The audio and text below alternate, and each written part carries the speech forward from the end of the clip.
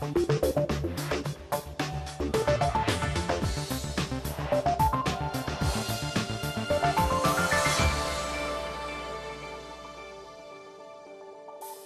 and welcome to the programme. I'm Nima Abouarte.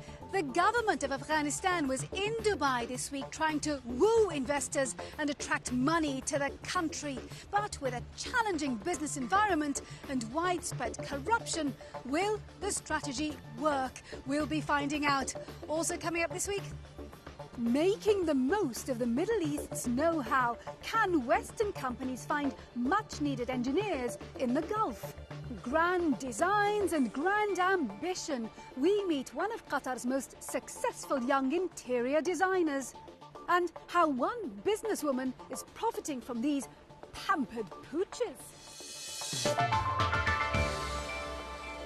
But first, despite the increasing need for engineers the world over, the subject is rather unfashionable in places like Europe and North America. And this has led companies to seek out the skills in this part of the world. But can a tie-up between Western defence companies and Middle Eastern talent work?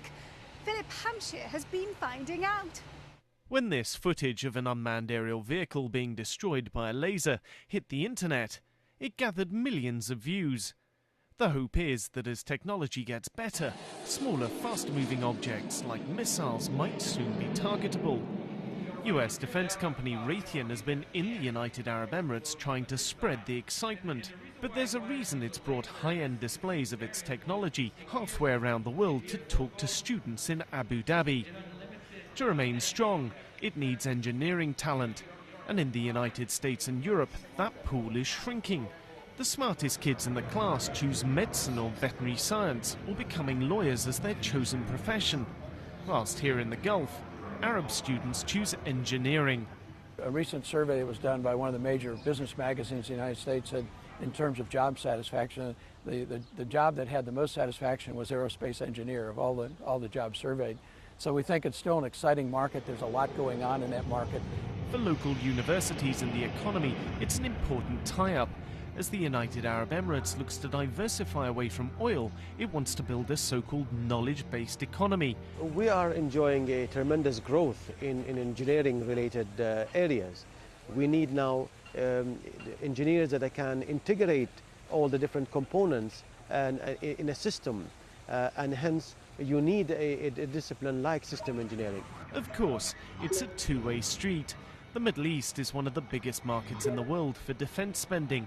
That allows companies like Enhanced Digital, when they come here to inspire the students, to also show off their latest wares and generate a buzz, like this computerized version of the old tabletop battle models generals used to use to see how things were doing out in the field. But it's not just defense that's being promoted. Enhanced Digital makes animation systems used in Hollywood films too. The shortage of engineers potentially affects all technology companies. We create interactive, very innovative presentations that help high technology companies visualize their solutions, showcase their products, whether it be from medical, animation to high-tech interactive touchscreen presentations. One of the biggest things Raytheon is using to inspire the next generation of engineers is Silent Guardian. If you have an industrial complex or military base in an area, sometimes fences aren't enough to keep intruders out. But if you arm your security guards and they shoot someone, that can create a world of public problems. Which is why defense companies have been working on non-lethal weaponry. Probably the most famous of these non-lethal weapons is the taser, which is already commercially available in the marketplace. But the next generation of these weapons, generally called ADS or Active Denial Systems, is what Raytheon is showing off right now. Silent Guardian uses millimeter-length rays that penetrate just below the surface of the skin. That's where your nerve endings are. Step out of the way and the pain instantly stops. So what's it like getting shot with it? What it feels like to you is if somebody opened up an oven door and you felt that wave of heat, only it's instantaneous. Yeah, I mean, I've been shot with it many times. It hurts and you just cannot think of anything else but making it stop. So what does all this mean for those starting out in the field? Well, Tomorrow's Arab engineers all hope their careers will make them the coolest graduates when they leave university. Philip Hampshire reporting there. Now, Dubai's debt crisis knocked investor confidence in the region, and this year has been about trying to win that back. And now there's stiff competition amongst Gulf states to win foreign investment. So what makes a country stand out? Well, governments have been turning to brand agencies for help. So what's the secret to success? That's a question I put to the head of Brand Union Middle East, Herman Behrens. The first thing we have to ask ourselves is what role does brand have? And very simply, a brand is a way of thinking. It's a way of positioning that market for what reputation it wants to build. So it's really about consideration for what we want to become. It's not just the logo or the look and feel or any of that. It's about people and behavior within governments so that they are, lifting the level of service that they deliver, perhaps the way, the professionalism that they go to market with, so the way that they attract foreign investors, and just the whole perception that they create and the professionalism they create around that interaction can be driven around brand.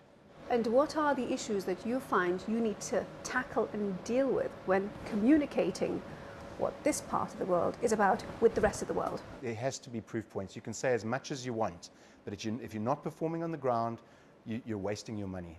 And in fact, if you're saying one thing and doing another, that actually kills the brand. I think, though, that we must recognize that governments aren't going to get everything right. And I think it's about seeing improvement and change over time. And because it's not all going to happen overnight. I think there's a lot of positive change happening, but I think there's also a lot of the basics that aren't being addressed. And there's some simple, quick wins that could be addressed. I think transparency remains an issue, an overriding issue, and it's something that is something that is fundamental to changing the perception in the Middle East. So what are the different countries of the region looking to do? Saudi Arabia is trying to break down the barriers to business being done in Saudi Arabia. So they're creating the Saudi Arabian Investment Authority. SAGIA, or the Investment Authority, is all about making it easy to do business and positioning Saudi Arabia as one of the top places for investment. In Abu Dhabi, very different situation where the key message and the key drive is towards attracting knowledge-based economies and significant industry, because Abu Dhabi is a city of the future. In Dubai, I think it's reinforcing that Dubai, despite the challenges, Dubai is still a great place to live and do business. And it still is one of the easiest and most transparent places to actually do business in the Gulf. Herman Behrens from Brand Union Middle East speaking to me earlier. Now, the rapid economic development here in the Gulf has led to numerous hotels, restaurants and shopping malls springing up across the region. And this has given rise to great demand for interior designers, which is becoming an increasingly popular profession in this part of the world. Well, Stephanie Hancock went along to meet a young designer in Qatar who's making a name for herself. Noor Al-Kawari starts her day at her office in downtown Doha. With 6 projects on the go, there's a lot to juggle. Good morning, Shajib. Hi. Can you show me the bedroom, please? Yeah, this one for the paid apartment. Yeah, just I need to focus on Noor the has always been artistic and loved painting as a child. But it was only when she was older that she realised where her true passion lay. Okay. So it's the whole. I started to think of art and interior design as a career when I was back in high school. I knew that I had to be a designer. Whenever someone asked me, what would you like to be, I would say I want to be interior designer. And back then, we didn't have any universities with interior design in Doha. So my friend would be laughing at me and they're like, okay. And actually, it wasn't actually a career by that time in Qatar. It wasn't well known as a career. And people didn't know exactly what is interior designer. Undeterred, Noor got a job as an interior designer working for the government, but started up her own business in her spare time, initially working in the evenings on private projects. Today, Noor employs 15 members of full-time staff, and her company Croquet has designed everything from restaurants and shops to private homes and residences. She's now made a name for herself here in Doha, but admits it was a struggle starting out. Actually, it was really difficult getting clients at the beginning, especially that you're Qatari, another reason that you're female. and another reason that you're young. I even had to take some jobs with almost free to put my feet in this job. Later in the day, Noor arrives for a site visit at her latest project. In Doha's historic Souk Waqif area, Noor is designing an upmarket boutique hotel. So this is the lobby area, and this part here is the corridor of the lobby. This is where the seating come, in this area. And that area over there is the restaurant that serves the hotel. I'm feeling a lot of stress, but very excited about it, and everything, the whole thing, bringing all the ideas together and just placing them in the right place where we designed it from the beginning. This is the exciting part, when everything, all the dirty work started to become cleaner, and you can see all the result coming out. The hotel might still look like a building site, but it has to be finished in a matter of days. Noor is used to working out of her comfort zone, and challenges like this are part of the reason she chose to pursue a career in the private sector. As a Qatari people, we're very used to go to a government job. You know, it's like the safe choice. And for me, it was a big hustle to decide to go only on private job. And it was a bit scary, you know, because you're just gambling. You're just, you know, trying the whole thing, you know, the private business. And a lot of people around me were afraid for me to fail, but I actually believed in myself that I would do it. Noor says self-belief has got her where she is today. And as one of Qatar's up-and-coming stars of interior design, there's no limit to the heights of her ambition. Stephanie Hancock reporting from Qatar there. Right, we're going to take a short break now. When we come back, Afghanistan is not an obvious place to invest money, so can it succeed in attracting cash? We'll be finding out.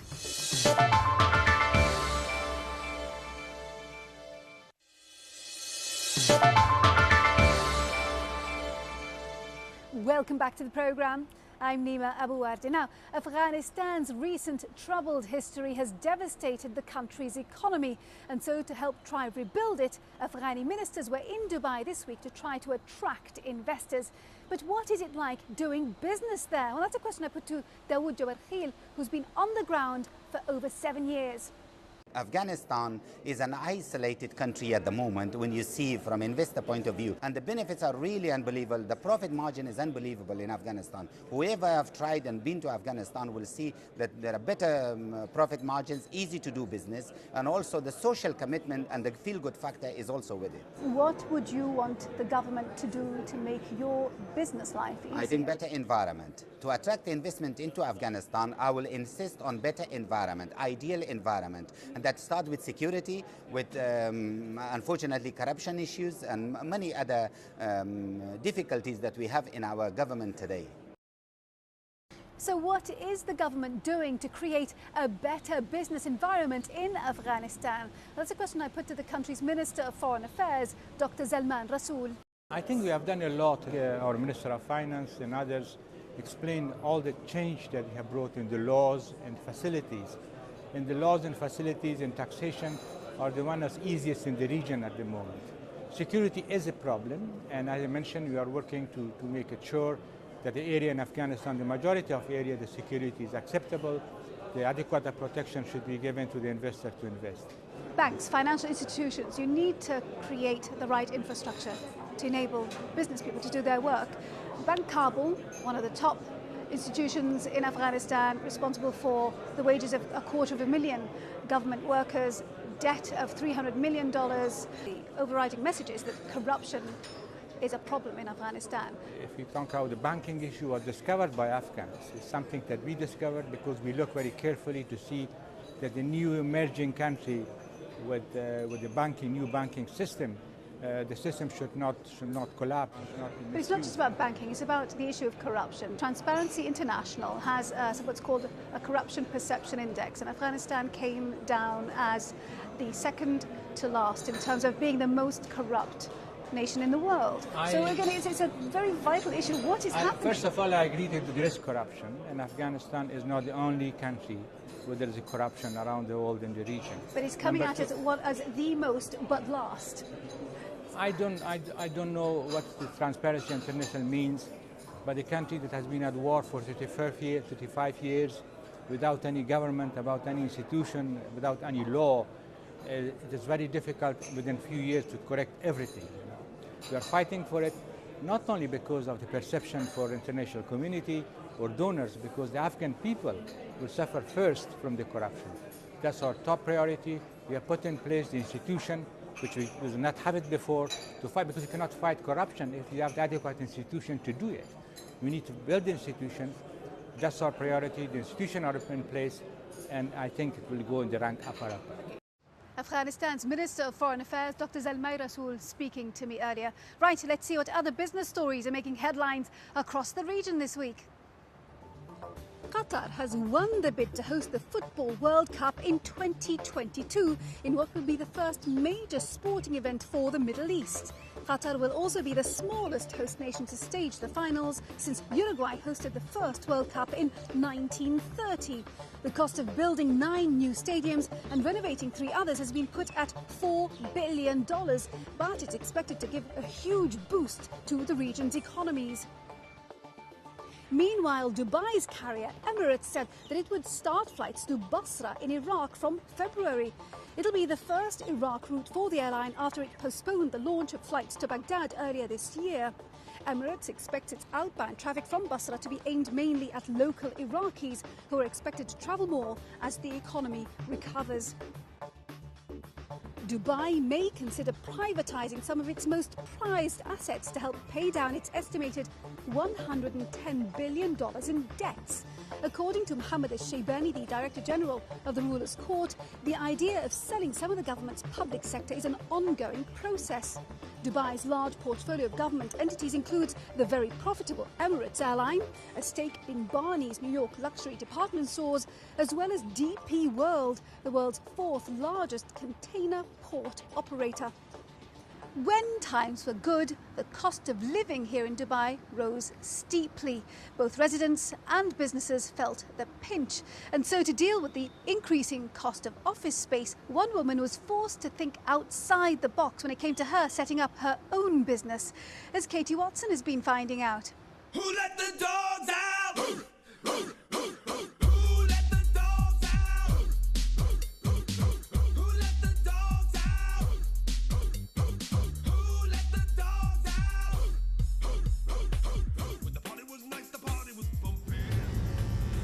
Meet Sean. He's part of Dubai's growing services industry, but whereas most businesses in the Emirate cater to humans, his clients are purely canine. It's important that they get done starting from a really young age. As soon as they've had all of their inoculations, they can be groomed. So that's from about 3 months old.